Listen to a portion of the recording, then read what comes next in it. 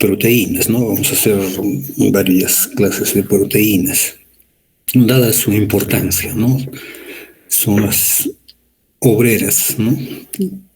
La gente, digamos, entre comillas, que pone en marcha toda esta máquina que se llama célula, con cuyo trabajo es que tenemos vida.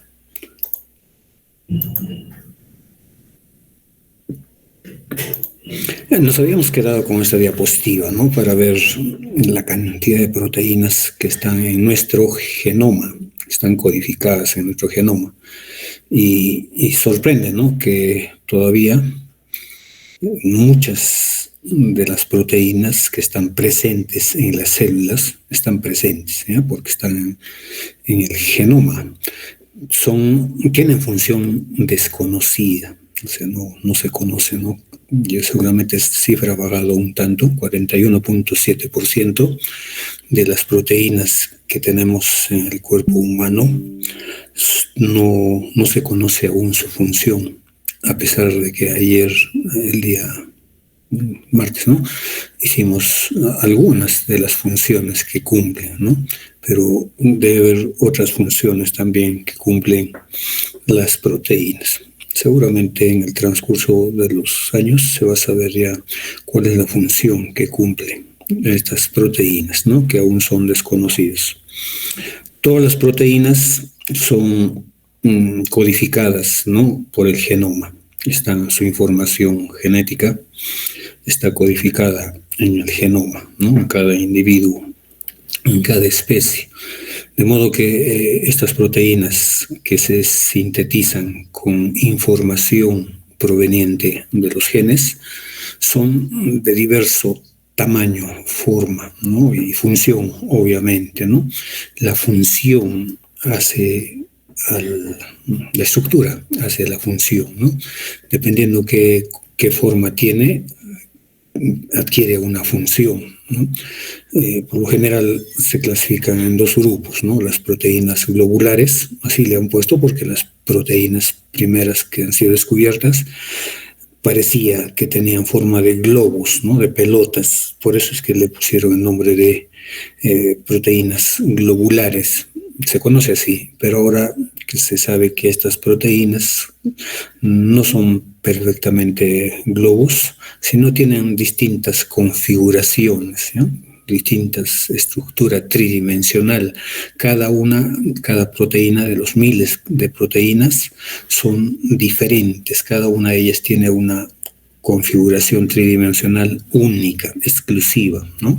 Igual que nosotros, pues, ¿no? Somos millones de personas y cada uno tiene su propio fenotipo, ¿no? Que es el fenotipo, expresión de los genes, ¿no? Entonces, por más que tengamos los mismos padres, no nos parecemos, ¿no? Entonces, cada individuo tiene su propia expresión génica, porque nosotros somos resultado de la expresión de nuestros genes. Entonces, igual las proteínas son exclusivas, ¿no?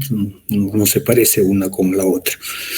Y otras proteínas tienen forma de cables, que trenzas, ¿no? Algunas verdaderos filamentos, ¿no? Que cumplen las funciones, sobre todo estructurales, es que son verdaderos cables. Entonces le van a dar fortaleza a la célula o al tejido en el que están presentes, ¿no? El tamaño también es muy variable, ¿no? Puede haber proteínas muy pequeñas, como la insulina. La insulina se considera una de las proteínas más pequeñas de los mamíferos, ¿no? Insulina, 51 aminoácidos.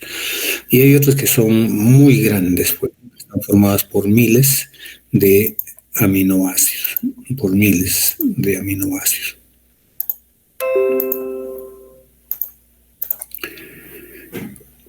Entonces, en tamaño varía. Está en relación directa, el peso molecular de una proteína está en relación directa al número de aminoácidos que contiene, ¿no? A más aminoácidos, más grande la proteína. El tamaño depende, ¿no? De 50 hasta 2000 puede tener 2000 aminoácidos. Ya hemos hablado de estas, de las distintas formas. Algunas son monoméricas. Monoméricas se llaman cuando están formadas por una sola cadena, y poliméricas cuando tienen 2, 3, 4 o más subunidades. A cada componente de las proteínas poliméricas se denomina subunidad o protómero, también le dice, ¿ya? Subunidades. Y estas se entiende que son 3 cadenas. Por ejemplo, en esta de la porina son 3 cadenas diferentes, ¿no? Pero están asociadas por enlaces, sobre todo no covalentes. Son interacciones no covalentes las que permiten la unión de una subunidad con otra. La catalasa, ¿no? Tenemos la catalasa, o la hemoglobina, ¿no? La famosa hemoglobina que tiene 4 subunidades, ¿no? Y están unidas por enlaces no covalentes. ¿Qué más hay? Hasta la fecha se han determinado las estructuras de más de 100.000 proteínas diferentes, ¿no? Esto con ayuda de la modelación de proteínas, de las computadoras, porque la microscopía electrónica no puede visualizar las proteínas pequeñas. Las súper grandes ya los visualiza, ¿no? Por ejemplo, las proteínas que sintetizan ATP, ¿no? Son grandes, ¿no? La ATP sintetasa.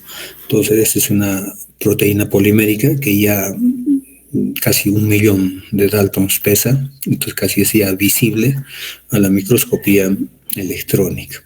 Las pequeñas son invisibles, ¿no? La insulina no lo vamos a ver, ¿no? Ni con el microscopio óptico más potente. Algunas proteínas representativas en la naturaleza. Tenemos aquí una tablita que ilustra algunas proteínas, su función celular, el número de aminoácidos por el que está compuesto, la masa molecular o peso y el número de subunidades que contiene esa proteína. Se entiende que estas ya son proteínas que tienen funcionan, ¿ya?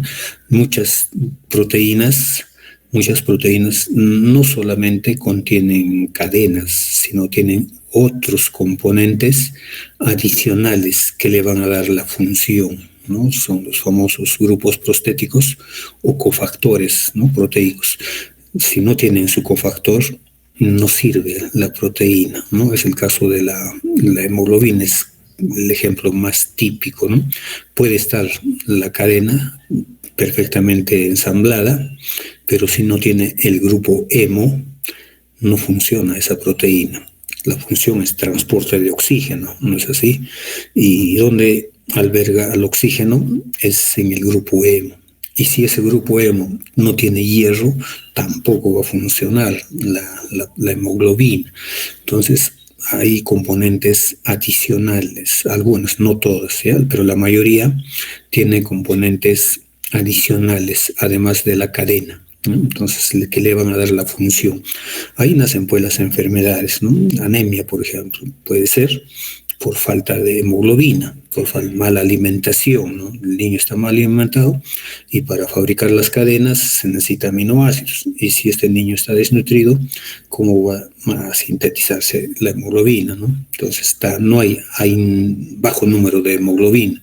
Puede ser esa la causa. Puede ser también la deficiencia de hierro. O sea, está la hemoglobina, está el grupo hemo, pero no tiene hierro. Entonces tampoco funciona. También va a conducir a anemia. Entonces, anemia. Entonces, existen distintos tipos de anemia. Entonces, miren aquí la tiorredoxina humana, porque es una proteína pequeña, 105 aminoácidos, tiene una función en las reacciones redox, su peso molecular ahí tiene y está formado por una subunidad, ¿no? Entonces, aquí tenemos, por ejemplo, la lisocima del huevo blanco de la gallina, ¿no? Interviene en el metabolismo de carbohidratos. Y tiene 129 aminoácidos y su peso incrementa, ¿no? Como les decía, a mayor número de aminoácidos, mayor peso molecular. Aquí tenemos la mioglobina de caballo, que es una sola subunidad, ¿no? La mioglobina. Interviene en el transporte de oxígeno también. En el caso de los mamíferos acuáticos, como la ballena, ellos tienen mioglobina en mayor cantidad que los mamíferos terrestres. ¿Por qué? Porque estos se zambullen, bueno, se sumergen en aguas y resisten mucho tiempo, no porque tienen buen pulmón, sino tienen gran cantidad de mioglobina en sus músculos y en cierta manera la mioglobina muscular actúa como almacén de oxígeno, ¿ya? Para esos animales acuáticos, mamíferos acuáticos. Pero todos tenemos mioglobina. ¿Cómo se da cuenta uno que hay mayor cantidad de mioglobina? Por el color de la carne, ¿no? El músculo. Los animales acuáticos tienen una carne más parda, más oscuras, ¿no? Debido a la cantidad de mioglobina. Es que todas las cosas que contienen hierro van a tener color rojo, ¿no? Rojizo pardo. El interferón de conejo interviene en la transducción de señales, ¿no? 288 aminoácidos, esta ya tiene 2 subunidades, ¿no? Una enzima, la isomerasa, fosfato isomerasa bacteriana, ¿no? Que interviene en el metabolismo de carbohidratos, ¿no? La hemoglobina, la humana, ¿no? Que interviene en el transporte de oxígeno, tiene 574 aminoácidos, distribuidos en 4 subunidades, ¿no? Y así tienen en esta tabla distintas proteínas como ejemplos de la variación, ¿no? De proteínas, de la gran variación de proteínas, ¿no? Entonces, basta que, miren, si la hemoglobina humana tiene 574 aminoácidos, tendría 570, ya sería otra proteína, ¿no? La probabilidad de que se generen proteínas con los 20 aminoácidos es infinito, ¿no? Como les he indicado anteriormente. Hay una proteína, la titina humana, que interviene en la contracción muscular. Es una de las proteínas más grandes. Miren el número de aminoácidos. 26.926 aminoácidos y su peso molecular se aproxima a 3 millones, ¿no? 3 megadaltons. Es grande la titina humana, ¿no? Y solamente tiene una cadena, una sola cadena. O sea, el número de aminoácidos tampoco no está en relación directa al número de cadenas. No se vaya a pensar de que a mayor aminoácidos, mayor número de subunidades. Eso ya es independiente, ¿no? Composición de algunas proteínas. Composición de algunas proteínas es lo mismo, ¿ya? Insulina humana, de bovino, ¿no? De vaca, 51 aminoácidos en 2 cadenas y su peso molecular, ¿no? Esta es una rubidoxina de otra especie, mamífero, 53 aminoácidos, ¿no? Entonces ven ustedes distintas proteínas, ¿no? La bacteria, la E. coli, por ejemplo, tiene su sintetasa, fosfato sintetasa, tiene 5.820, ¿no? En 8 cadenas, ¿no? Su peso molecular también ya supera el 500.000. Estas proteínas que ya superan el 500.000 en peso molecular ya son visibles en la microscopía electrónica, ¿no? Las que son menos de 500 son poco visibles, ¿no? Poco visibles, ¿no? ¿Cómo se clasifican las proteínas? Lo que les decía hace un momento, hay proteínas que actúan solamente con la cadena polipeptídica. Están formados exclusivamente por aminoácidos, no tienen otro componente, ¿no? A estas proteínas se conoce con nombre de proteínas simples, ¿ya? Proteínas simples. Son la minoría. La mayoría siempre requieren de algún otro componente, ¿no? En el caso de estas proteínas simples, como ya está formado exclusivamente por aminoácidos, entonces se puede deducir de que el porcentaje de carbono es 50%, hidrógeno 7%, nitrógeno 16%, y azufre varía, ¿no? De 0 a 3%. No todas las proteínas tienen azufre. Algunas tienen, ¿no? Los aminoácidos, por ejemplo, cisteína. Entonces, el dato que interesa en estas proteínas es este 16%. ¿Por qué? Porque muchas veces tenemos que calcular cuánto de proteína tiene el alimento, por ejemplo, la carne, ¿no? La leche, cualquier producto, ¿no? Cualquier producto de la naturaleza, nos interesa saber su contenido proteico, cuánto de proteína tiene, sobre todo en carnes, ¿no? Carnes o productos de origen animal, el queso, la leche, o los vegetales mismos, ¿no? Entonces tenemos que saber cuánto de proteína hay para balancear, pues para hacer balanceo de raciones, ¿no? Entonces es un dato importante conocer la cantidad de proteínas, además de minerales, grasas, carbohidratos, ¿no? Que contiene el alimento. Pero un dato importante es la proteína, porque es para el humano, por ejemplo, la única forma de ingreso de nitrógeno al organismo es consumiendo compuestos nitrogenados, carne, por ejemplo. Entonces, de modo que debemos saber cuánto de proteína tiene un producto, ¿no? Cualquier producto. Entonces, una técnica que se utiliza, la técnica universal, es estandarizada para determinar proteínas, se llama el Kjeldahl, ¿ya? El método de Kjeldahl. Y ahora para ahorrar reactivos lo hacen en pequeño y le han puesto el nombre de micro-Kjeldahl. Y hay equipos, ¿no? De micro-Kjeldahl que determinan la proteína que contiene un determinado alimento. Y este Kjeldahl tiene una base, ¿no? Para determinar su proteína. Directamente no determina la cantidad de proteína, que mide cuánto de nitrógeno tiene la proteína, ¿ya? Perdón, el alimento, cuánto de nitrógeno hay. Entonces, si se sabe cuánto de nitrógeno hay, y sabemos que el nitrógeno equivale al 16%, entonces por fórmula se puede determinar el contenido de proteína en un alimento. Vean ustedes aquí, N sobre 16, 16 es el porcentaje, y lo multiplican por 100, ¿no? La cantidad de 16, 100 entre 16, 6.25. Entonces, es la cantidad de nitrógeno que nos arroja, este dato de nitrógeno, nos arroja la técnica del Kjeldahl o micro-Kjeldahl, y eso lo multiplicamos por 6.25. ¿Qué es 6.25? No es más que el 100 entre 16, ¿no?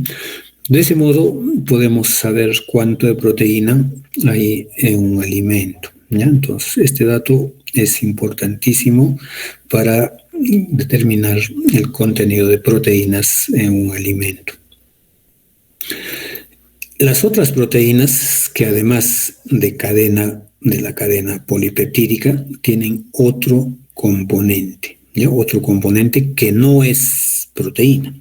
Tiene que ser otra cosa. Puede ser una grasa, puede ser un mineral, puede ser un carbohidrato, puede ser un grupo hemo. En fin, muchas cosas puede ser este componente adicional, ¿ya? A ese componente adicional le llaman cofactor, grupo prostético. Se puede llamar así, depende si está asociado permanentemente o se une en un determinado momento.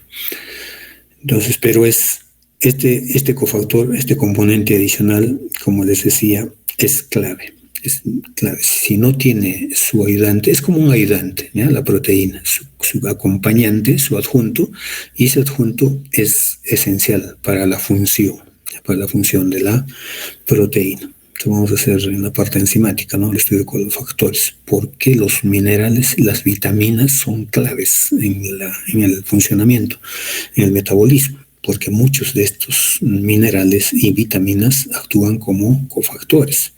La proteína puede estar, la cadena puede estar, pero si no tiene el adjunto, no funciona. Ahora van entendiendo, creo, ¿no? Porque es importante el consumo de vitaminas, minerales, ¿no? en cantidades pequeñas, pero son necesarias, ¿no? Para que funcionen adecuadamente muchas proteínas. En este caso, cuando queremos determinar cuánto de proteína hay, total, en un alimento contiene muchas proteínas, ¿no? Algunas simples, otras complejas. A estas proteínas se llaman proteínas conjugadas o compuestas o complejas, pues, porque están unidas, ¿no? Están formando un complejo. Entonces, el contenido del 16% varía porque tiene el otro componente, ¿no? Entonces, hay tablas donde nos dicen, si queremos, por ejemplo, determinar el contenido de proteínas en la leche, ya se ha determinado de que no es 16%, sino puede ser 16.1, 16.2, 16.3. Entonces las tablitas ya dicen, si estás determinando proteínas en tal alimento, multiplica por 16 punto, en fin, ¿no? Les van a dar un dato, ¿ya? Es en el caso de proteínas compuestas. Por ahora, sepan que hay estos dos tipos, ¿no? Desde el punto de vista de composición, las proteínas simples y las proteínas conjugadas o compuestas, ¿no? Ejemplos de proteínas conjugadas, ¿no? El nombre toma de quién es ese acompañante, ¿no? De la proteína, lipoproteína. De hecho, su grupo acompañante o grupo prostético es un lípido, ¿no? Glucoproteína, un carbohidrato, obviamente, ¿no? Aquí hay ejemplos de proteínas que utilizan esos cofactores o grupos prostéticos, ¿no? La beta-lipoproteína es un ejemplo de lipoproteína.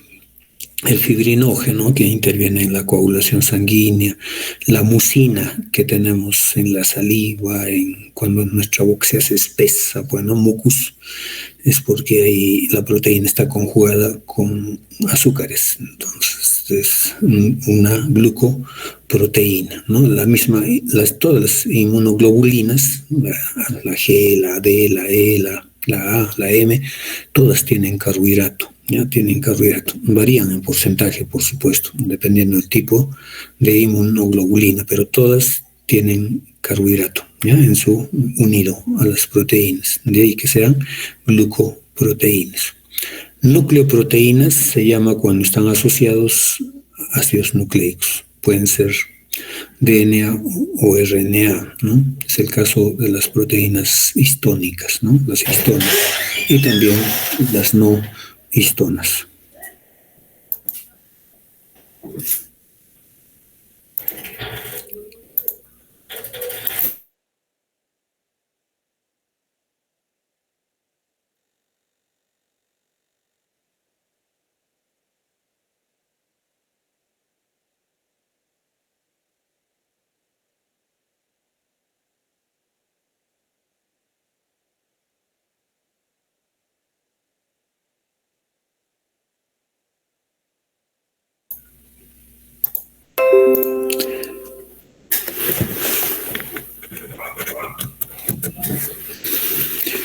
Entonces, nucleoproteínas cuando se unen ácidos nucleicos, ¿no? Fosfoproteínas cuando un grupo fosfato, ¿no? La caseína, todas las caseínas, capacaseína, existen, son fosfoproteínas, ¿no? Son los que precipitan cuando se hace queso, ¿no? Son proteínas que coagulan, ¿no? Cuando a un determinado pH o enzimáticamente precipitan, ¿no? Dando lugar a la formación de leche coagulada, el cual se exprime y sale el queso, ¿no? Hemoproteínas son los que tienen grupo hemo, ¿no? El caso de la hemoglobina y el caso de la catalasa, ¿no? Flavoproteínas tienen este cofactor enzimático, ¿no? Los flavin nucleótidos, ¿no? Y metaloproteínas se llaman aquellas que tienen metales, ¿no? Hierro, zinc, calcio, molibdeno, cobre, magnesio. Entonces, miren, son los elementos traza, ¿ya? Los elementos que se requieren en cantidades pequeñas, pero tienen que estar presentes, ¿no? Porque algunas de las proteínas que funcionan con estos metales, si están deficientes, no van a funcionar o van a funcionar deficientemente, ¿no? Dando lugar a enfermedades carenciales, pues, ¿no? Y estas enfermedades carenciales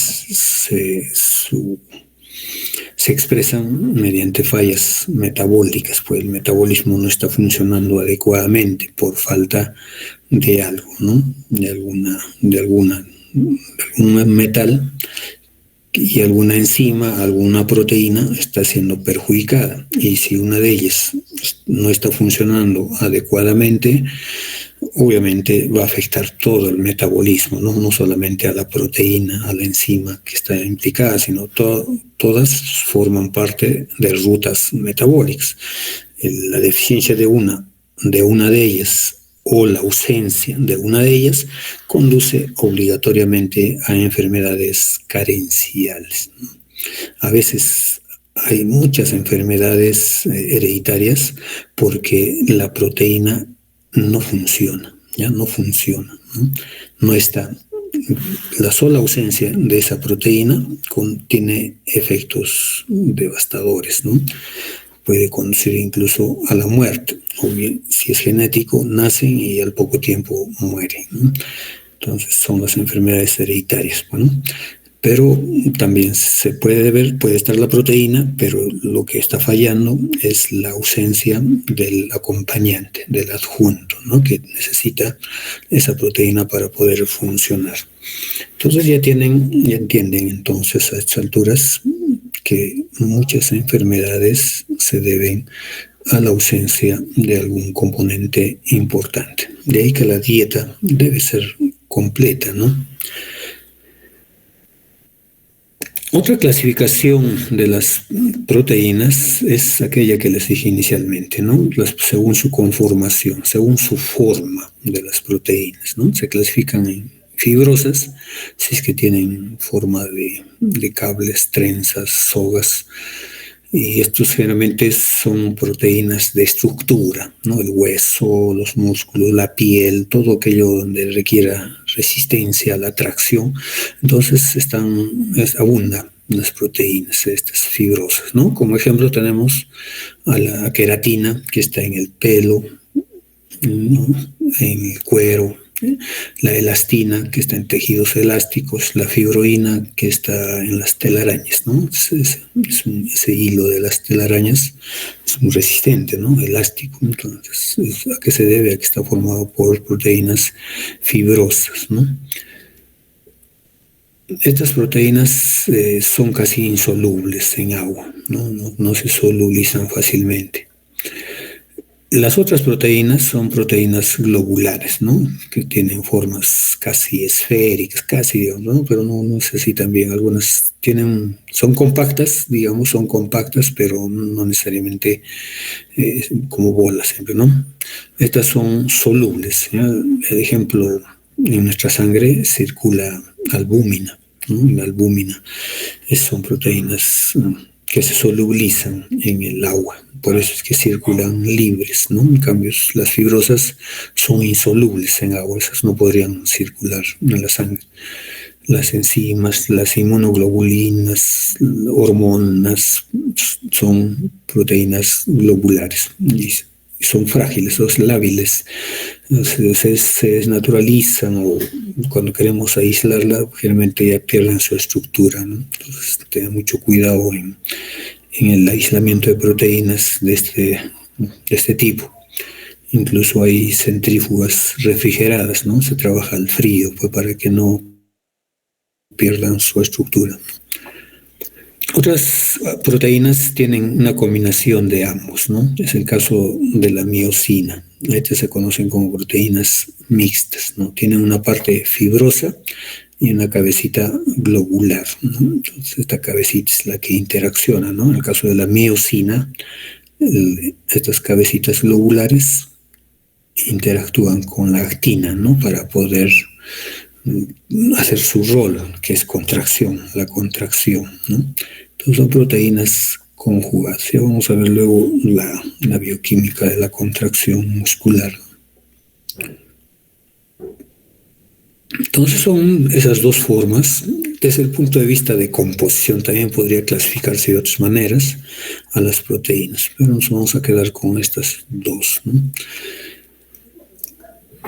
Estructura de las proteínas. Las proteínas están, digamos, organizadas, ¿no? Sería organización de las proteínas. Están organizadas en 4 niveles estructurales, ¿ya? 4 niveles estructurales. Estructura primaria, secundaria, terciaria y cuaternaria.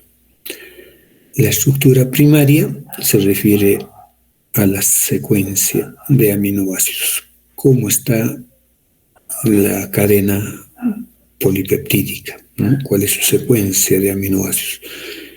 Entonces, interesa, cuando uno estudia la estructura primaria, el orden. Primero, ¿cuántos son? ¿Cuántos aminoácidos son? ¿Cuántos aminoácidos tiene la cadena? ¿Y en qué orden están colocados? ¿No? ¿En qué orden? A esto se refiere la estructura primaria. No interesa qué forma tiene, sino cuántos aminoácidos tiene y cuál es el orden de la estructura primaria, de esta secuencia de aminoácidos. Entonces a eso se refiere la estructura primaria. La estructura secundaria se refiere a qué forma toma un tramo de la cadena polipeptídica. Digamos, tiene 100 aminoácidos la cadena. Y 10 de ellos, digamos, 10 o 20, ¿qué forma adopta un tramo, un tramito de la cadena? ¿No? Tiene forma de hélice, tiene forma sin forma, digamos, una forma aleatoria. Algunos tienen otras formas, ¿no? Entonces, la estructura secundaria es el ordenamiento tridimensional de un tramo de la cadena, de un tramo nomás. La estructura terciaria se refiere a la estructura tridimensional, ya no de un tramo, sino de toda la cadena. ¿Qué forma, qué estructuras secundarias están presentes ya de punta a punta, ¿no? De punta a punta? Entonces, la estructura tridimensional, el plegamiento se llama esto, de toda la cadena, estructura terciaria. Entonces, diríamos, ¿no? La estructura terciaria es la sumatoria de estructuras secundarias. Entonces, muchas proteínas que son monoméricas, o sea, tienen una sola cadena polipeptídica, llegan solamente a este nivel, a esta estructura terciaria. Y aquellas que tienen más de una cadena, 2, 3, 4 o más, tienen un nivel cuaternario, que se refiere a la asociación de las diferentes cadenas polipeptídicas, el ensamble, ¿no? De las distintas subunidades, ¿no? de este complejo, que son proteínas complejas, ¿no? Que están formadas por más de una subunidad. Entonces, todas aquellas proteínas que tienen más de una subunidad van a tener estructura cuaternaria. A estos 3 niveles, secundario, terciario y cuaternario, es el nivel tridimensional, otorgan la estructura tridimensional de la proteína. ¿Y quién determina esos niveles superiores? La estructura primaria. Dice que el orden en el cual están colocados estos aminoácidos va a determinar qué estructura secundaria, terciaria y cuaternaria va a tener la cadena.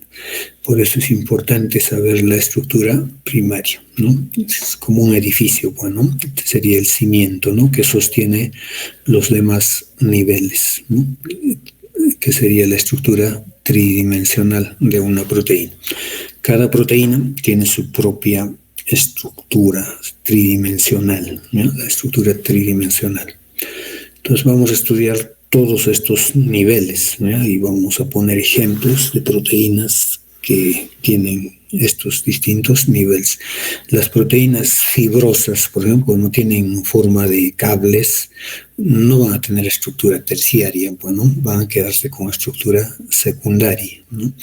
Solamente las proteínas globulares van a tener estructura terciaria y cuaternaria. Vean ustedes cuán importante es la secuencia de los aminoácidos, es decir, de la estructura primaria. ¿Y quién determina el orden en que han sido colocados los aminoácidos en una cadena? Los genes, bueno, son los genes, ¿no? No son más que expresión génica. Entonces, desde los genes, en los genes está codificado toda la información de una proteína. Bien, estos dos grandes premios Nobel, ¿no? Linus Pauling y Max Perutz, son los primeros en estudiar la estructura, ¿no?, de las proteínas utilizando difracción de rayos X, sobre todo en aquellos años, y han hecho modelos, ¿no? Han construido modelos de cómo podría ser la proteína, ¿no? Son dos grandes, ¿no? Grandes hombres de ciencia que han estudiado sobre todo la hemoglobina, la mioglobina, ¿no? Que son las primeras proteínas que han sido caracterizadas. Bien, hasta aquí sería la parte de función y estructura básica de las proteínas. Un ratito, bueno.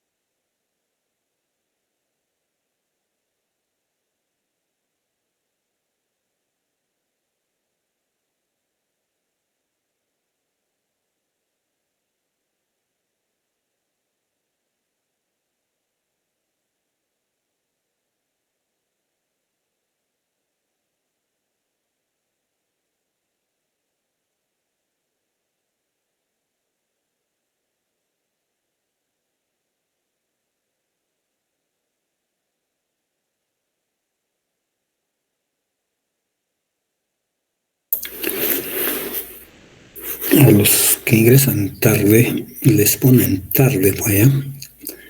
Siempre nos habíamos quedado, ¿no?, un determinado tiempo para ingresar. Vamos a entrar a la parte de aminoácidos, ¿ya? Vamos a ver a estos bloques estructurales, ¿no?, los componentes básicos de las proteínas, los aminoácidos. Seguramente lo han hecho en el curso de química orgánica. Vamos a recordar entonces a estos ladrillos, ¿no?, con el cual se construyen estas cadenas polipeptídicas, ¿no?, que son los componentes básicos de las proteínas. Entonces, ¿qué son los aminoácidos? Son compuestos orgánicos que tienen todos una estructura general, una estructura básica. Fue Emil Fischer, quien descubrió que todas las proteínas estaban compuestas por aminoácidos, ¿no?, por el cual se otorgó también su premio Nobel, ¿no? En realidad, en la naturaleza existen muchos aminoácidos, ¿no? No son 20 nomás, sino más de 300 aminoácidos que están, algunas actuando solas, independientemente. Otras sí forman parte de las proteínas. Otras son derivados de las proteínas estándares, ¿no? Pero De estas más de 300 aminoácidos que hay en la naturaleza, 20 forman parte de las proteínas de todos los organismos vivos. Lo dicho, ¿no? Todos estamos construidos todos los organismos vivos, estamos construidos con los 20 ladrillos. Si Dios existió, dejó la materia prima, ¿no? Los ladrillos, y con esos se han construido todos los seres vivos que habitamos este planeta.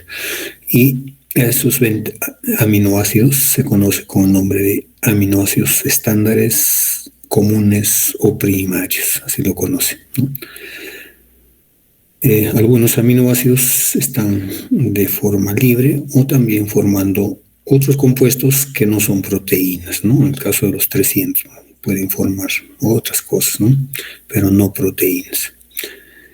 Existen muchos derivados, ¿no? De los aminoácidos, ¿no? Por ejemplo, la tiroxina, la hormona que se sintetiza en las tiroides, derivan de la tirosina, ¿no? De la tirosina, el aminoácido.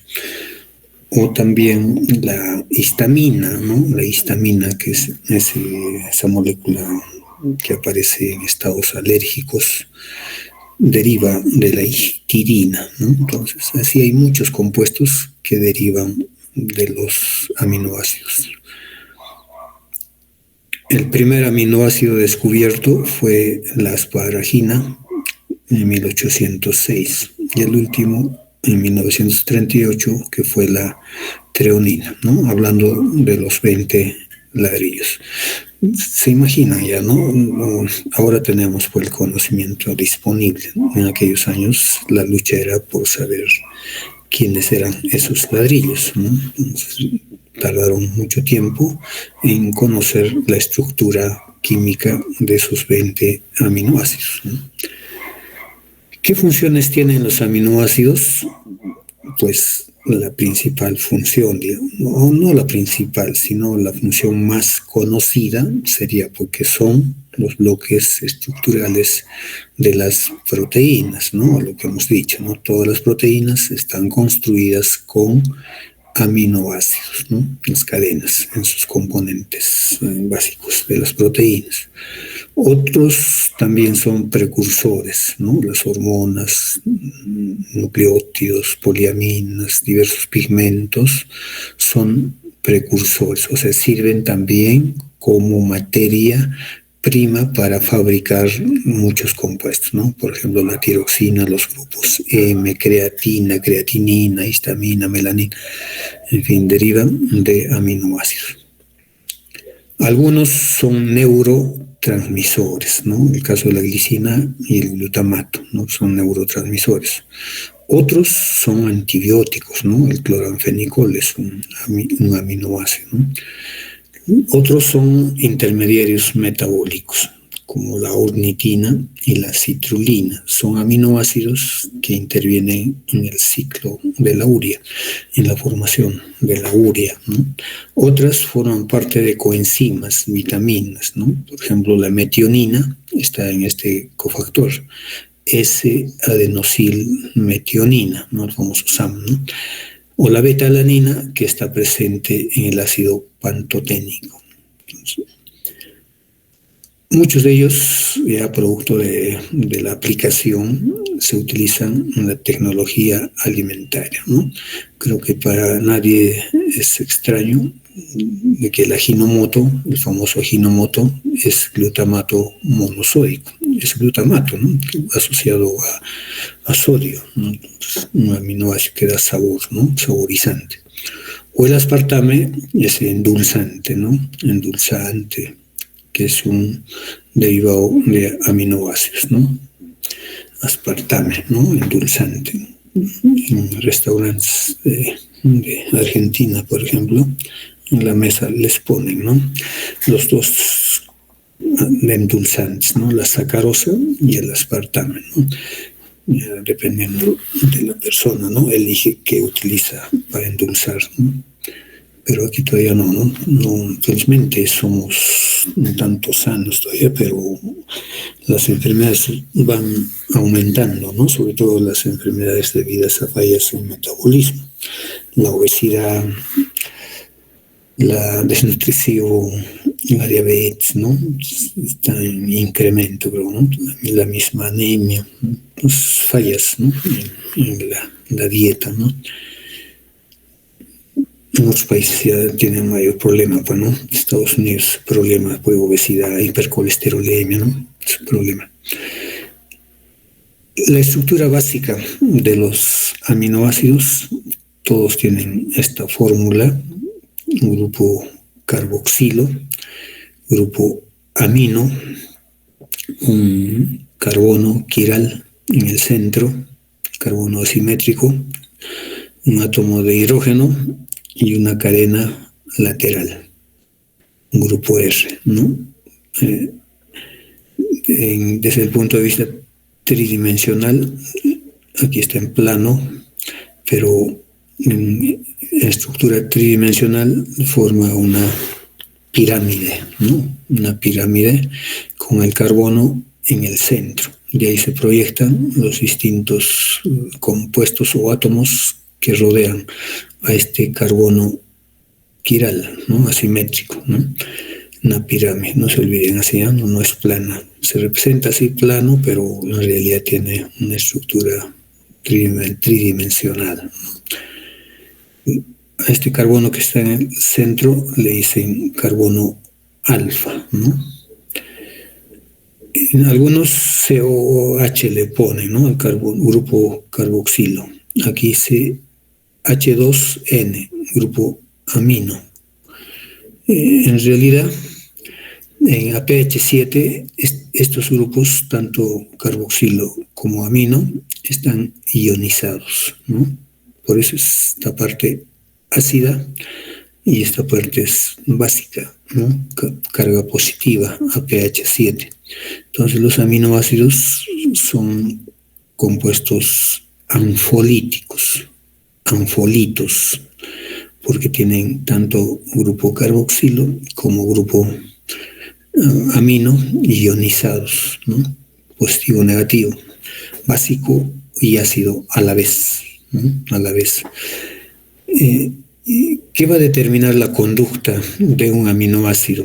Que un aminoácido sea distinto al otro, si todos tienen lo mismo. ¿Cuál será la única diferencia entre todos los aminoácidos? Pues la cadena lateral, es lo que varía entre un aminoácido y otro. Esta cadena lateral le va a conferir las propiedades físico-químicas de un determinado aminoácido. Puede que esta cadena lateral no tenga carga, entonces será un aminoácido no polar. Si tiene carga negativa, será un aminoácido ácido. Si tiene carga positiva, será un aminoácido básico. Entonces, la cadena lateral le otorga las propiedades exclusivas a cada aminoácido. Un aminoácido se diferencia de otro porque varía su cadena lateral, ¿no? Su cadena lateral. Recuerden, ¿no? ¿Qué son los grupos funcionales? Son las partes reactivas de una molécula y que le confieren la personalidad química a cada compuesto, ¿no? Entonces, los aminoácidos tienen su propia personalidad basados en sus grupos funcionales. ¿Dónde hay grupos funcionales? Pues en la cabeza, digamos que es una cabeza, ¿no? Y este sería el cuerpo, ¿no? El cuerpito. Entonces, la cabeza, todos y para todos iguales, todos tienen lo mismo. Se neutralizan incluso positivo con negativo, carga neta cero, ¿no? de esta parte, pero la cadena lateral es lo que va a ser diferente, es el que va a conferir las propiedades exclusivas de cada aminoácido, determina la identidad de cada aminoácido.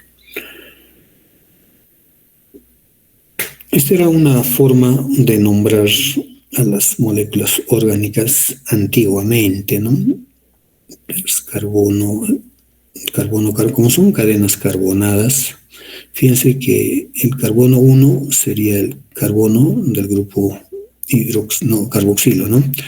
El carbono 2 sería el carbono alfa. Entonces, por eso es la denominación de alfa. O sea, las moléculas se contaban a partir del segundo. Alfa, beta, gamma, delta, etcétera, ¿no? Epsilon. Así, el último siempre terminaba siendo omega, ¿no? En ácidos grasos igualito es, ¿no? Las cadenas son alfa, beta, gamma, y hay un proceso conocido, beta oxidación. ¿Por qué beta? Porque las reacciones ocurren a nivel del carbono beta, ¿no? Entonces, el carbono, el centro de la pirámide, se llama carbono alfa por esa razón, ¿ya? Por la nomenclatura antigua. Aquí ven una estructura en bolas que es en realidad así están, ¿no? Así está la molécula, no hay espacios, no hay huecos, ¿no? Como están representados en nosotros. Por eso le dicen a este modelo el modelo del filling, el lleno, el espacio lleno. Aquí están la fórmula, los nombres, la abreviatura, el símbolo, el peso molecular y el nombre sistemático de cada uno de los 20 aminoácidos comunes o estándares, de los 20 ladrillos con los cuales se van a construir millones de proteínas, ¿no? Seguramente ustedes ya lo saben. Primero, inicialmente se ha utilizado una abreviatura de 3 letras, generalmente las iniciales, ¿no? Del aminoácido, con excepción de algunas que no podían utilizarse, pero era muy fácil de recordar, ¿no? A través de abreviatura. Lo que está aquí es su abreviatura original, su nombre propio, ¿no? Porque los españoles no descubrimos a los aminoácidos, ¿no? Sino han sido países anglosajones, ingleses, americanos, ¿no? Entonces, en inglés le han denominado, pues, ¿no? Cisteína, por ejemplo, cis.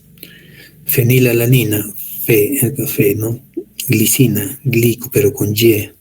Y así, son los nombres originales, ¿no? Tirosina, treonina, ¿no?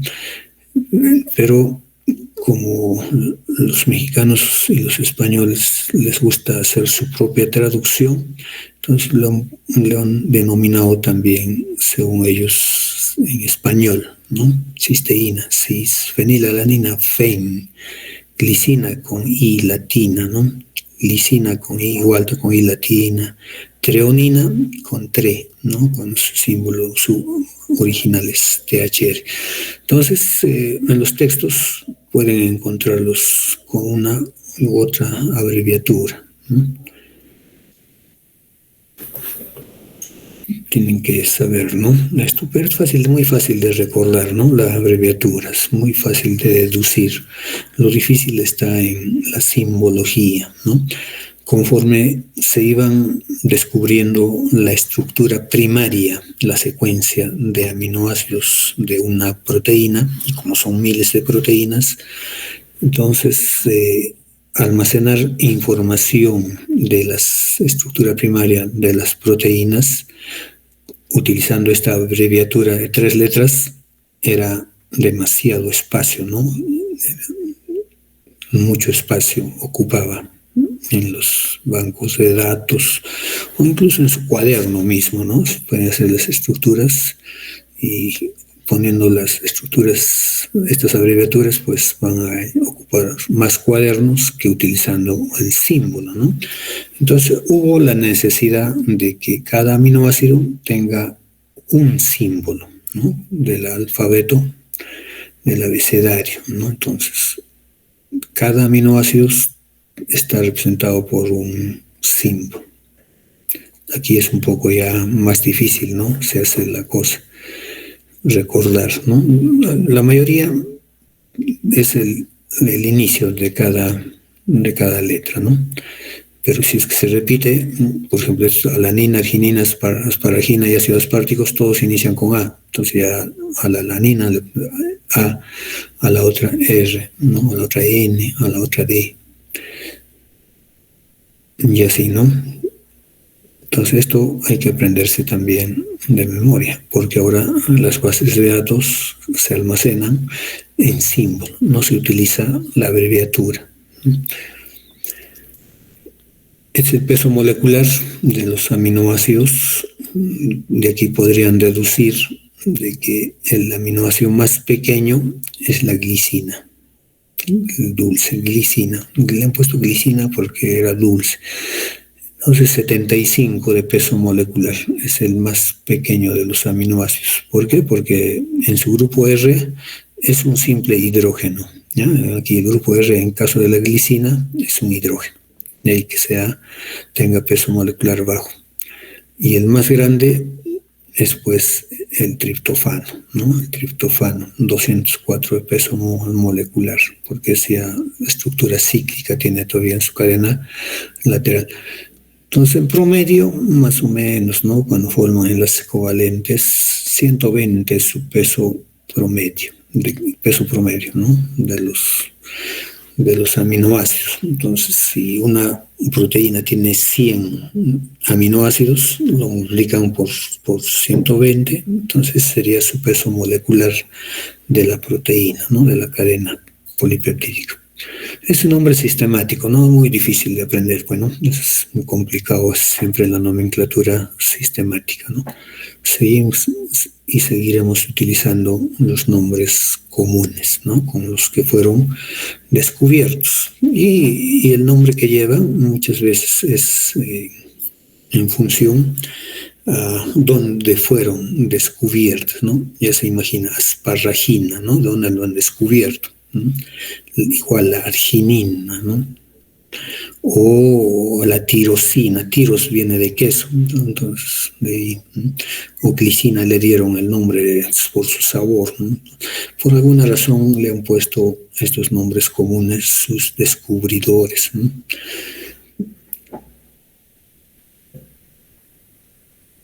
Lideyhoff singlets.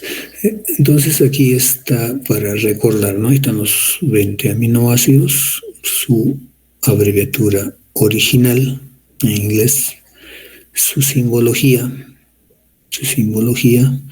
y aquí demuestra, ¿no? el origen de cada una de esas letras, ¿no? De dónde deriva. Para que se recuerde, ¿no? Lisina. La L es leucina, ¿no? Leucina. Esto no tiene de la lisina, parece que con la letra K. Antes de la L, es la K. Arginina. Un test memotécnico, pues, ¿no? Para recordar, ¿no? Cuál es el origen de estas letras, ¿no? Es que en las bases de datos, como les decía, las secuencias de las proteínas son miles, ya que están depositadas en el GenBank, por ejemplo. Entonces ya no podemos almacenar con abreviaturas ni con nombres propios, ¿no? Entonces así están las secuencias de los aminoácidos en las proteínas, ¿no? Por ejemplo, aquí un ejemplito de la lisosima del huevo de gallina, una enzima defensiva, ¿no? La lisosima digiere carbohidratos, ¿no? La lisosima es una enzima que nosotros tenemos en las lágrimas, ¿no? En la saliva, como mecanismo de defensa, ¿no? Entonces, bacterias entran y la lisosima trata o destruye la pared bacteriana, ¿no? Entonces, es forma de actuar de esta enzima defensiva, ¿no? Igual la albúmina de huevo tiene su lisosima, bueno, y se ha determinado la estructura primaria.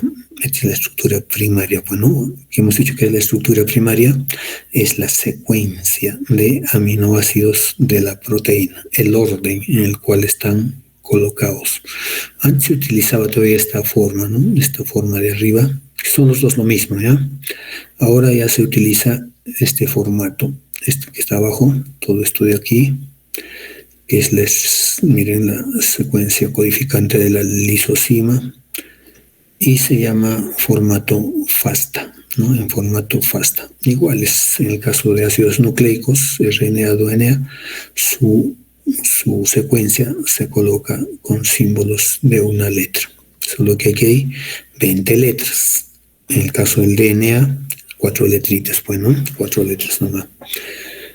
Entonces, para ahorrar espacio, es necesario utilizar la simbología, en cuyo caso tienen que saber el significado, ¿no?, de cada una de las letras.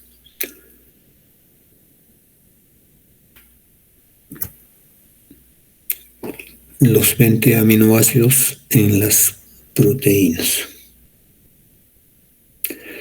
Hemos dicho de que todas las proteínas están construidas con los ladrillos, pero eso no significa que los 20 ladrillos están en una proteína. No todas las proteínas tienen los 20 aminoácidos. Pueden estar ausentes algunos de ellos, 1, 2, 3 en determinada proteína. Eso que quede bien claro ya, de que si bien todas las proteínas se construyen con 20 aminoácidos, no significa que se utilicen los 20 aminoácidos en todas las proteínas, ¿no? No es así, ¿no? Miren, aquí tenemos un ejemplo, aminoácidos en la composición del colágeno, ¿no? Hay hidroxiprolina, un aminoácido que no está en la lista de los 20, ácido aspartico, serina, ácido glutámica, arginina, prolina, ¿no? Hidroxilisina y otro aminoácido que no forma parte de la lista. Valina, lisina, isoleucina, ¿no? Entonces, ¿cuántos hay aquí? 2, 4, 6, 8, 10, 12, 14, 16, 18. Y estos dos, esta hidroxilisina y la hidroxiprolina, esos son, digamos, modificados cuando la proteína ya se sintetizó, ¿no? Se les agregan grupos hidroxilo, tanto a la prolina como a la lisina, y aparecieron esos aminoácidos.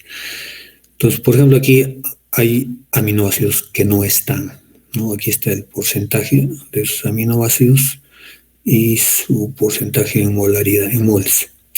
Entonces, hay algunos aminoácidos que no están presentes, a pesar de que es colágeno, ¿no? El colágeno es una proteína animal, todos tenemos colágeno, pero que a pesar de ser proteína animal, no es completa, no es un alimento completísimo, como si lo es, por ejemplo, estas proteínas, ¿no? Como el citocromo C y el quimotripsinógeno, en donde sí están los 20 aminoácidos en cantidades variables, ¿no?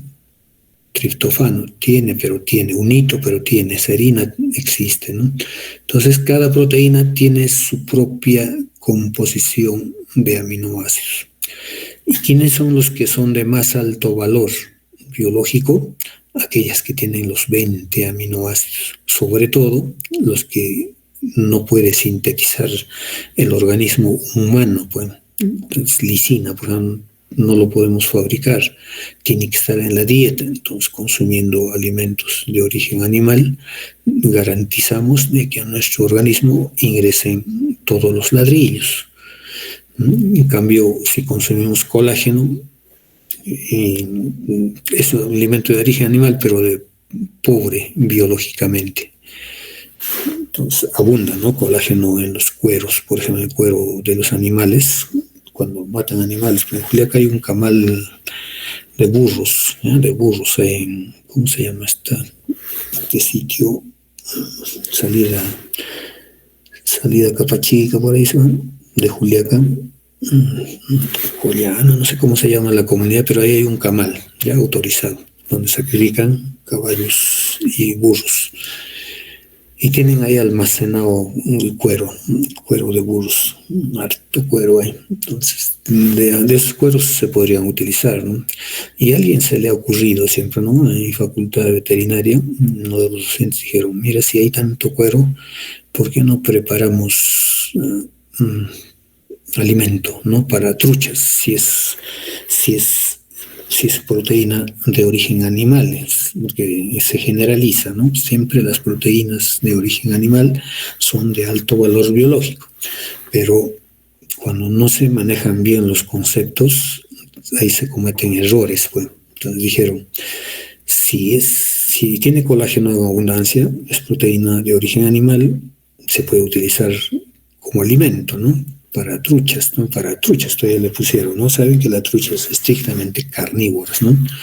Se tiene que tener todos los aminoácidos en la dieta. Entonces hicieron sus experimentos, prepararon los alimentos con cuero de alpaca y le dieron a las truchas. El resultado era de esperar, ¿no? De que no cubría pues las necesidades de las truchas y no hubo la respuesta, pues, ¿no? Y se desechó ya o se quedó, ya no se utiliza ahora, ¿no? Podría utilizar para otras cosas, pero no para truchas. Bueno, las truchas son muy exigentes en carne, son carnívoros, ¿no? Entonces hay proteínas, ¿no? En el animal, proteínas que no tienen los 20 aminoácidos. Esto interesa para la nutrición, bueno, los dietistas tienen que saber, los nutricionistas tienen que saber, ¿no? El contenido de aminoácidos para formular sus raciones. Los vegetales generalmente son pobres, no son, digamos, son carentes, digamos, 1, 2, 3, 4 aminoácidos esenciales, la mayoría de proteínas vegetales, ¿no? Uno puede verse vegetariano o vegano, sí, ¿no? Si conoce, pues, ¿no? Si sabe balancear, ¿no? Ya yo utilizo maíz que tiene estos aminoácidos esenciales, pero es carente en lisina, el maíz no tiene lisina, entonces tengo que utilizar algún producto vegetal que sí contenga lisina, ¿no? Entonces ahí tendría que ser pues, un balanceo, ¿no? Para que no falle, ¿no? La síntesis de proteínas. Pero se dan cuenta que los vegetarianos son delgados. Pues, algunos balancean bien, ¿no? Pero la mayoría lo hace por monos, ¿no? Porque están en contra del sacrificio de animales, o sea, de corrientes así, ¿no?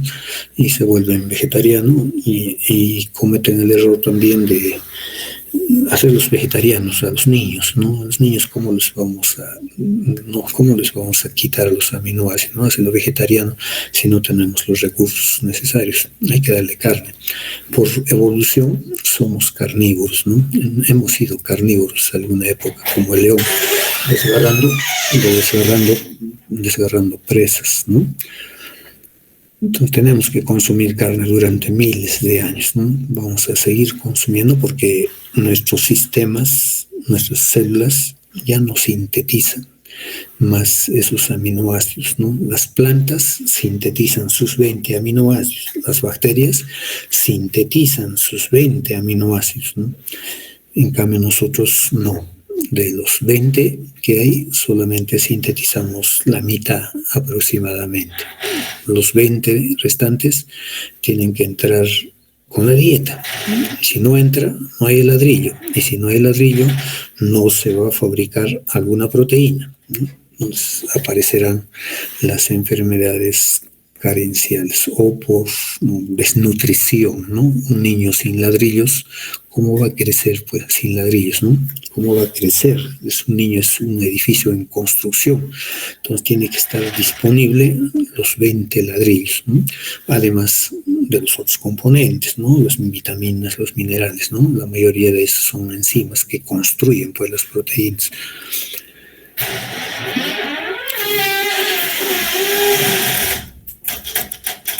Bien, aquí vamos a pasar a conocer entonces los 20 aminoácidos que clasificados de acuerdo a la polaridad del grupo R. Es la clasificación que más sirve, digamos, ¿no? Hay diversas formas de clasificar a los aminoácidos, pero una de las clasificaciones más útiles es aquella basada en la polaridad de la cadena lateral. Les he dicho, ¿no? De que la cabecita es similar en todos tienen la misma cabeza. Lo que varía es el cuerpito, digamos, ¿no? la cadena lateral, lo que está pintado en amarillo, ¿no? Aminoácidos no polares son los aminoácidos no polares, los que odian al agua, ¿no? Hidrófobos. Y si miran la cadena lateral, son generalmente los compuestos alifáticos sin carga en su cadena lateral, que hemos dicho que lo polar se disuelve en lo polar y lo no polar se disuelve en lo no polar, ¿no? Entonces, estos aminoácidos en la cadena lateral no tienen polaridad, por lo tanto, odian al agua, ¿no? Entonces, por eso son aminoácidos no polares, ¿ya? Entonces, ahí está la leucina, la prolina, la alanina, la valina, esta es la metionina, el triptofano, la fenilalanina y la isoleucina. Entonces, son aminoácidos hidrófobos. Si están formando parte de una proteína, estas proteínas, ¿qué van a hacer? Van a esconderse del agua, ¿no? Tratar de esconderse, escapar del agua y refugiarse en el interior de una cadena globular, ¿no? Se van a meter al centro.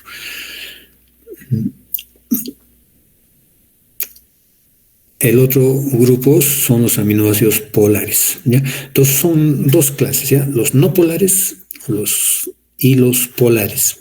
Dentro de los polares hay tres grupos todavía, ¿ya? Aquellos aminoácidos polares, pero que no tienen carga, a pH 7. Estamos hablando de siempre a pH 7, ¿ya? 7.2, 7.3, 7.4, que es nuestro pH interior, porque el pH, o sea, influye sobre la carga iónica. Nosotros podemos manejar a un aminoácido haciendo la carga del aminoácido, podríamos manipularla, haciendo variar el pH en el cual está ese aminoácido, ¿no? Uno modula, o sea, si quiero que tenga carga negativa, pues le meto en un ambiente ácido, ¿no? Entonces, eso se puede hacer, pero a pH fisiológico está esta clasificación, ¿ya? A pH 7, digamos, redondeado. Entonces, aminoácidos que tienen tienen polaridad, pero sin carga. Es como una batería, ¿no? Tiene polo positivo, negativo, pero está descargado, así más o menos, ¿no? Si es polar, sí se disuelve en agua. Todos los polares se disuelven en agua, así no tengan carga, ¿no? Entonces aquí está la glicina, la serina, la asparagina, la glutamina, la treonina y la cisteína. ¿Ya? Son aminoácidos polares debido, miren, pues, al OH en algunos casos. Ya sabemos que OH forma puentes de hidrógeno, aquí hay NH2, aquí hay OH también, y aquí su grupo sulfidrilo. Entonces, gracias a esos grupos funcionales es que estos aminoácidos pueden disolverse en agua, son solubles en agua, ¿no? Y también la tirosina, que es otro aminoácido hidroxilado. Aquí también nace un concepto, ¿no? Los aminoácidos que tienen OH, por ejemplo, la serina y la tirosina. Entonces, ¿cómo le dicen otra clasificación a estos? Aminoácidos hidroxilados. A otros aminoácidos le dicen aminoácidos sulfurados. ¿Por qué? Porque tienen azufre, ¿no? Entonces, existen muchas formas de clasificar a los aminoácidos. Entonces, estos son los aminoácidos polares sin carga. La cistina.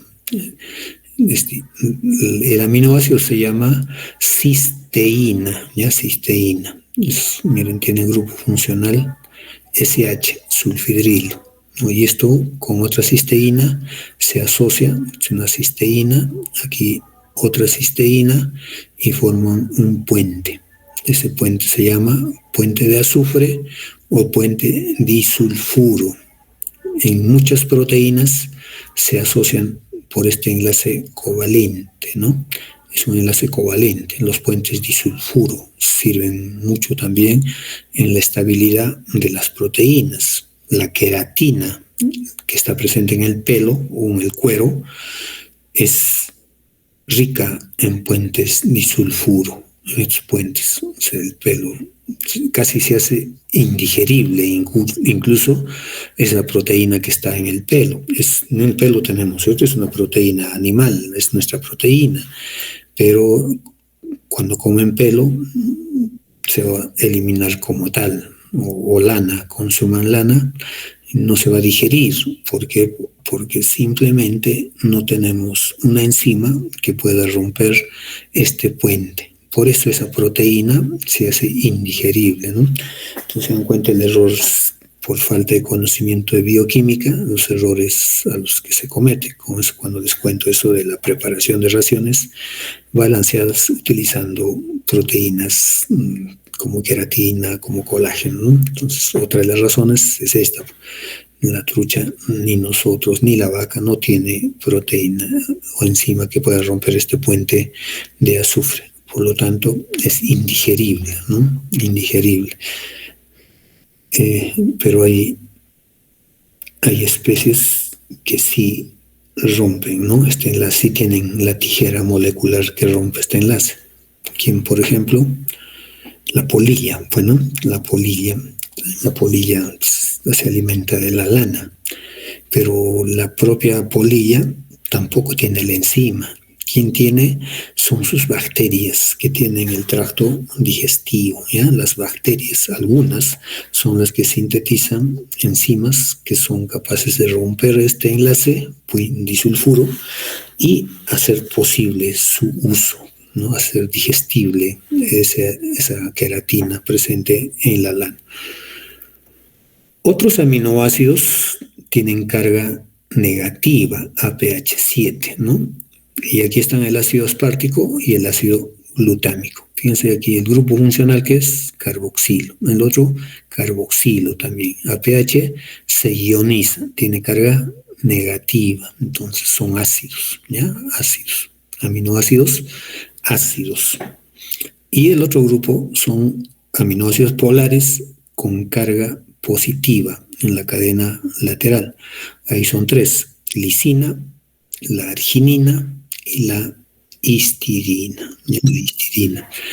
¿Cuáles son los grupos que se ionizan? Pues la lisina tiene grupo amino. La arginina también tiene grupo amino que se ioniza. Entonces aquí son los grupos que van a adquirir carga positiva, APH7. En el caso de la histidina también, ¿no? Tiene su grupo amino que se ioniza. Se ionizan positivamente, como es positivo, entonces son aminoácidos básicos, bueno, APH7. Entonces esa sería la clasificación de los aminoácidos basados en su polaridad. Aquellos que no tienen carga son hidrófobos, no tienen polo, y los que tienen polo. Y los que tienen polo son tres: sin carga, con carga positiva y con carga negativa. Todos son hidrofílicos, bueno, ningún problema para disolverse en agua. Entonces, este es el resumen, ¿ya? Aquí están los aminoácidos no polares, hidrófobos, los hidrófobos, y aquí están los polares, hidrofílicos, ¿no? Hidrofílicos, que quieren al agua por su polaridad. Entonces aquí están los sin carga, con carga negativa y con carga positiva.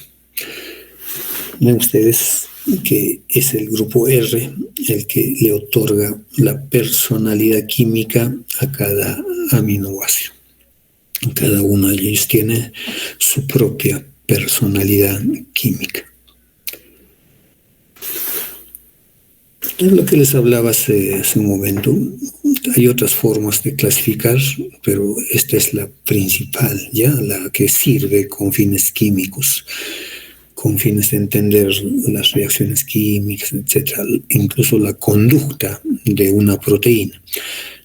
Y si en una proteína predominan aminoácidos con carga positiva, digamos lisina, vamos a decir, existe en la proteína gran cantidad de lisina, esa proteína va a tener carga positiva, ¿no? En sumatoria. Entonces la conducta de una proteína está en función a la conducta de sus aminoácidos. las histonas, por ejemplo. Las histonas. ¿Qué son las histonas? Son los carretes en los cuales se envuelve el DNA. Esas histonas son ricas en lisina. Por lo tanto, las histonas tienen carga positiva. ¿Quién se envuelve ahí? El DNA. ¿Y el DNA qué carga tiene? Negativa, ¿no es cierto? Por eso ácidos desoxirribonucleicos. Entonces, se envuelven por una razón lógica, atracción de cargas, ¿no? Entonces, el DNA negativo está enrollado en proteínas con carga positiva, si no se repelerían, bueno, si tendrían cargas opuestas. Entonces, mucho determina la conducta de una proteína, la composición de sus aminoácidos. Esto más ya es basado en la que contiene en la cadena lateral, ¿no? Lo que les decía, ¿no? Alifáticos son aquellos que tienen cadenas, ¿no? De CH, ¿no? CH es como estos, leucina, son alifáticos. Otros son hidroxilados, los que tienen OH. Azufrados, como la metionina y la cisteína, que contienen azufre. Otros son aminoácidos y sus amidas, como el ácido aspartico, la asparagina y la glutamina, ¿no? Otros son básicos, como la lisina, la arginina y la histidina, ¿no? Aminoácidos aromáticos, los que tienen olor, ¿no? Aquí están la fenilalanina, la tirosina y el triptofano.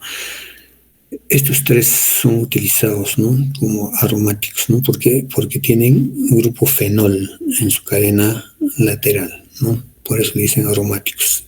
Aminoácidos, el caso de la prolina. Dicen que el único aminoácido que en realidad no es aminoácido, sino un aminoácido es la prolina. Es que es cierto, parece, ¿no? Vean ustedes dónde está la prolina aquí. Prolina. Su grupo, aquí está la prolina. Fíjense, toditos tienen la cabecita esta, ¿no? CH, COH, hidrógeno, todos tienen. Pero fíjense, en el caso de la prolina, el grupo amino está formando anillo.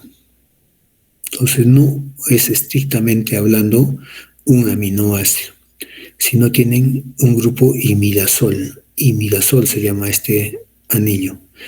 Por eso la prolina en realidad no es aminoácido, ¿ya? Sino un aminoácido. Entonces es el único, ¿ya? Es el único. Y su conducta también es rara, ¿no? Si entra prolina, lo malogra toda la proteína. No es que lo malogre, sino está yendo bonitos la estructura secundaria y de pronto aparece prolina y lo malogra, ¿no? Hace otra estructura. Esta clasificación es de acuerdo a las necesidades nutritivas humanas, ¿no? Ya sabemos, se clasifican en aminoácidos esenciales y no esenciales. ¿Quiénes son esenciales? Aquellos que no podemos sintetizarlo, ¿ya? Y esenciales son aquellos que nuestras células lo fabrican. Si no hay en la dieta, no hay problema, se sintetiza, se fabrica, ¿ya? No es obligatorio que estén presentes en la dieta, pero los esenciales no, de manera que tiene que entrar en la dieta de manera obligatoria, ¿no? Y hay otros que le dicen semi-esenciales, se fabrican, ¿ya? Los fabrica, pero cuando en determinado momento de la vida, una etapa de la vida, como se demanda gran cantidad de los ladrillos, la cantidad que fabrica no cubre las necesidades, ¿ya? Entonces tiene que entrar en la dieta también, por eso le dicen semi-esenciales, ¿no? Entonces estos serían la listita de aminoácidos esenciales, no esenciales y semi-esenciales para el humano. Cada especie mamífero, vamos a hablar el perro, el gato, la trucha, la vaca, tiene su listado de aminoácidos esenciales y no esenciales. No es igual el humano al perro o al gato o a la vaca, ¿no? No es así. Y fíjense que también varía según el estado fisiológico, ¿no? En adultos necesitamos solamente para el recambio de proteínas. En los niños requieren de la histamina y la arginina adicional. En los bebés prematuros además requieren cisteína y también tirosina en caso de enfermedades como las fenilcetonuria, ¿no? Que no puede degradar la tirosina. Entonces todo depende, ¿ya? Del estado fisiológico, ¿no? De la persona. Aquí me hace recordar pues, la vaca o la alpaca, digamos. Imagínense una llama, vamos a ver llama, en las alturas, a 5.000 metros de altitud. ¿Cómo es el pasto? Pobrísimo, ¿no? Leñoso, espinoso. Y ahí está la alpaca, la vicuña, están ahí. Y no consumen carne, esos son estrictamente herbívoros, ¿no?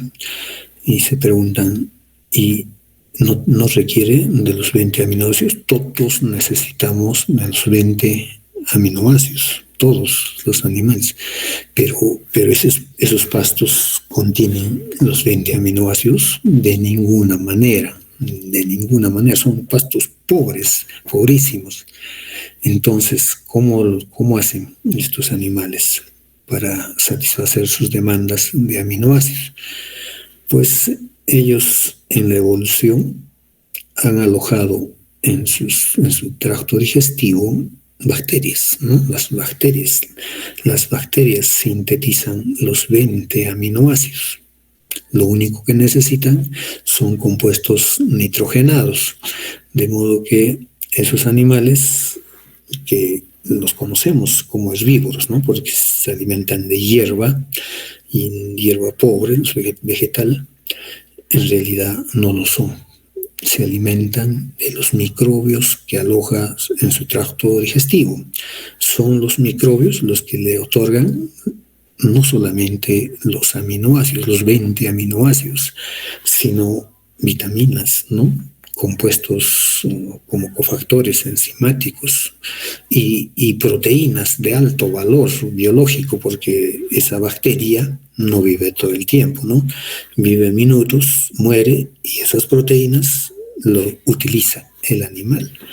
Entonces, así es, ¿no? Entonces, son, en estricto sentido de la palabra, esos animales que conocemos como rumiantes, en realidad no son herbívoros, son micrófagos. Se alimentan de los microbios, ¿no? Que aloja en su panza, pues, ¿no? Son millones de microbios, son una flora, ya no se utiliza el término flora, ¿no? Flora microbiana, decían. Ahora se utiliza el término de microbiota, ¿ya? Todo un mundo microbiano, no solamente bacterias, sino arqueas y protozoarios ahí. De eso se alimenta, ¿no? En cambio nosotros no, pues, claro que tenemos nuestras bacterias en el colon sobre todo, ¿no? Y en cierta manera conservamos esa capacidad de digerir algunos alimentos gracias a las bacterias que alojamos en el tracto digestivo. Somos pequeños herbívoros, digamos, pero no totalmente como aquellos, ¿no? Los otros. De ahí que los chanchos, por ejemplo, que son muy parecidos a nosotros, los puercos, el alcalde de Lima, por ejemplo, un puerco terrible. Entonces, por ejemplo, puede consumir un poco de celulosa y gracias a las bacterias se puede asimilar un poquito de la celulosa, ¿no? Pero si es que se trata, en el caso humano, si se trata de aminoácidos, tenemos que consumir productos que contengan los 20 aminoácidos, sobre todo los aminoácidos esenciales. ¿Y dónde están estos? En productos de origen animal. Ahí están presentes esos 20, esos 8, ¿no? Esos 8 aminoácidos, ¿no? Pero esto va a ser problema de la humanidad, ¿no? La población crece, las demandas de productos de origen animal van a aumentar ostensiblemente y la capacidad de producir vacas está llegando a su límite. Están diezmando bosques enteros para criar animales, y en la crianza de animales que su objetivo es proveer, ¿no?, a la humanidad alimentos de alto valor biológico, también su incremento en la producción hace daños al ambiente, porque una vaca emite metano, grandes cantidades, como son sacos, en realidad parecen máquinas fermentativas, ¿no? Fermentan el pasto, los alimentos pobres, gracias a las bacterias, pero esas bacterias generan productos como el metano. Y la vaca está emanando al ambiente gran cantidad de gases, no solamente metano, hidrógeno, hay disulfuro, amoníaco, emana al ambiente, ¿no? Y saben que el metano tiene profundos efectos en el calentamiento global de la Tierra. Entonces es otra de las razones por las cuales va a frenar la producción animal de manera obligatoria, ¿no? Ustedes dirán, una vaca, los pedos que arroja al aire casi imperceptible, una vaca, pero son millones de vacas, ¿no? Entonces la producción animal está siendo también rechazada, ¿no? Quieren que se frene para frenar ese daño al ambiente, ¿no?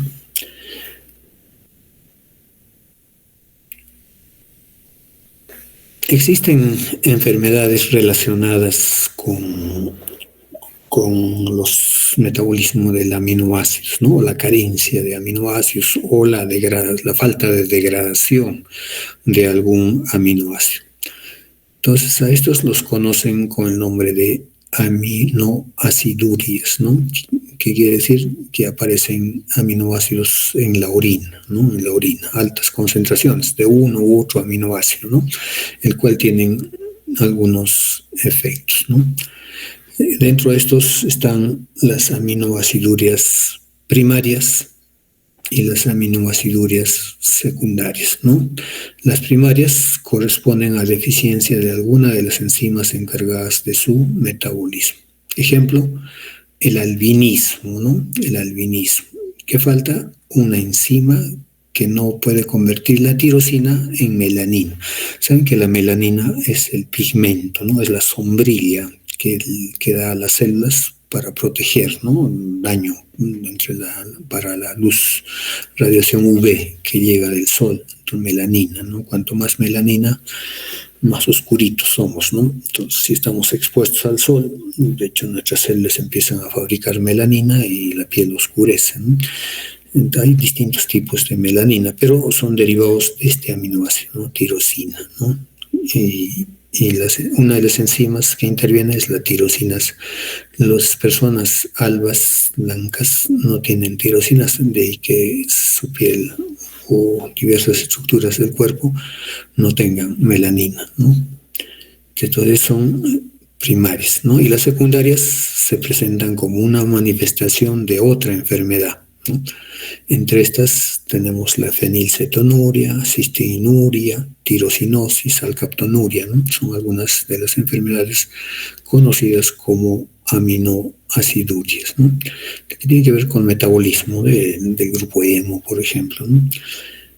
Entonces, como otra tareita, y esto les interesa la parte médica, es que van a realizar un resumen de alguna aminoaciduria que encuentren en el internet, ¿no? O sea, tantas aminoacidurias hay, eligen cualquiera de ellas y redactan, ¿no? Hacen un resumen, una especie de monografía para presentarlo, ¿no? Y interesa los aspectos clínicos y moleculares de estas aminoacidurias, ¿no? ¿Alguna pregunta? Sí, doctor, una consulta. Sí. Con respecto a las propiedades que mencionaban de los aminoácidos, creo haber leído ahí que tenía importancia también un punto isoeléctrico o algo así, recuerdo. El problema es que cuando veo el modo de cálculo de ese punto isoeléctrico, con respecto a lo que es, por ejemplo, el grupo amino, el grupo carboxilo y su radical, a veces únicamente consideran al grupo amino y al carboxilo para su cálculo, pero A veces también lo usan los tres. Entonces, doctor, ¿cómo se hace eso? ¿O es que el punto isoeléctrico ya depende, ya digamos, de cómo lo quiere sacar la persona? ¿O cómo es esa parte, doctor? El PI, ¿no? El PI es el punto isoeléctrico donde una determinada proteína adquiere carga cero, ¿no? Vamos a hablar aquí ya del punto isoeléctrico en la próxima clase. Mucho depende como les digo, del pH. Y tienen que ver los tres grupos ionizables, ¿no? Entonces, como hemos visto, en algunos casos se ioniza el grupo carboxilo de la cabeza, digamos, ¿no? En otros casos, el grupo amino, también de la cabecita. Y hay una tercera que es de la cadena lateral, ¿no? De la cadena lateral. Entonces, tienen que ver los tres, ¿no? Hay aminoácidos dipróticos y ácidos tripróticos, ¿no? Esto vamos a aprender, ya vamos a hacerlo. Entonces, hay que, para determinar el PI, el punto isoeléctrico de una proteína o de un aminoácido, hay que resolver problemas, ¿no? Hay que enseñar, ¿no? Cuando se ioniza. Mucho tiene que ver el pH, ¿ya? Del medio, en el cual tenemos a la proteína o al aminoácido, ¿no? Aquí está la escala de ionización de la alanina, diprótico, alanina. Tiene dos grupos ionizables, ¿no? De la cabeza, ¿no? En su cadena lateral no tiene grupo ionizable. Miren, nosotros a la alanina la podemos tener con carga positiva, la podemos tener con carga neta de 0, o la podemos tener con carga negativa. Todo depende del pH en donde está el aminoácido, ¿no? En qué pH está. Y hay un pH en el cual la carga neta es 0, ¿no? 0. Eso se llama el punto isoeléctrico. Entonces vamos a resolver problemitas con otros aminoácidos, ¿ya? Para que sepan cómo se calcula el punto isoeléctrico de una proteína y cuándo es que adquiere carga positiva, qué pH, o carga negativa, ¿no? Eso lo vamos a hacer, ¿ya? No se preocupen de esa parte. Entonces eso corresponde a las propiedades físicas y propiedades químicas de los aminoácidos. Por lo pronto nos quedamos aquí, ¿ya? Ok, doctor, gracias. Entonces, este trabajito, ¿ya? Cualquiera de las aminoacidurías, escogen ustedes el que les guste y lo presentan, ¿ya? Como trabajo encargado, ¿no? La parte clínica, ¿no? Todo está asociado, pues, a la clínica, ¿no? Les he indicado que hay libros de bioquímica que están asociados, ¿no? A la clínica, ¿no? Por ejemplo, uno de ellos es de Devlin, ¿ya? Devlin, bioquímica, con asociaciones clínicas, dicen. Entonces hay muchas enfermedades debidas a fallas metabólicas, ¿no? Relaciona la bioquímica con algunas alteraciones, ¿no? Que se presentan en humanos. Bien, nos quedamos aquí, ¿ya? Por el